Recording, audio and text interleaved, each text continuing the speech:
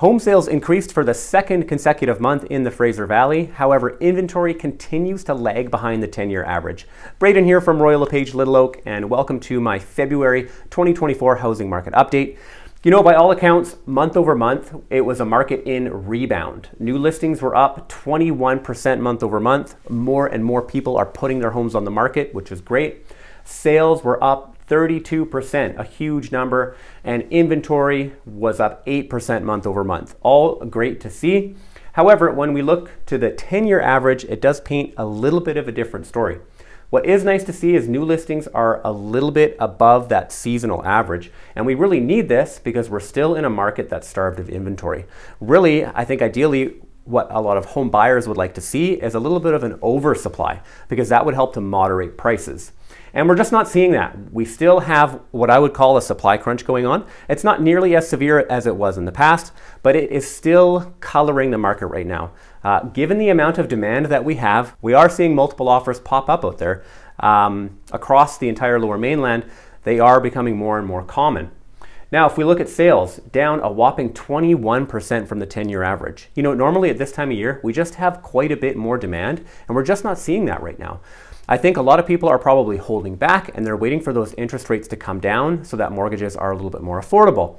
And that has been the case with new listings as well, but it does look like that trend is starting to change. You know, people are starting to put their homes on the market more and more. You know, we're starting to see this number climb higher and higher, which you would think in turn would cause increased levels of inventory. And it's probably just a matter of time until we start to see that actually take place. Now, jumping into my notes here, US inflation is sticky. We did have the inflation rate go up in the United States, and we think that is most likely going to cause the US Fed to maintain the pause on their interest rates. And that announcement is coming up soon. The Canadian inflation print is actually coming up tomorrow as of the time that I'm recording this video.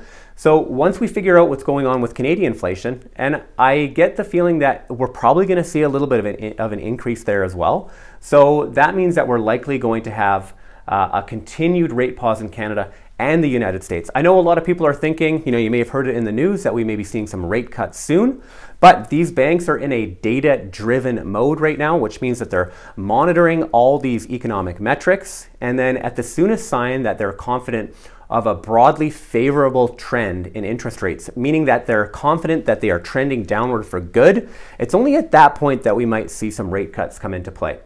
As well, prices are rising across all types in the Fraser Valley. That means single detached, you know, they were up about maybe 1.3%, apartments were up about 1.2%, and then townhouses were up about 0.7%.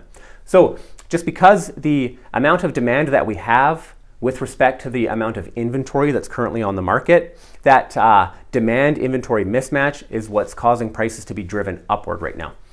Anyways, thank you so much for watching. I really appreciate you tuning in. And if you have any questions for me whatsoever, please don't hesitate to reach out. Bye now.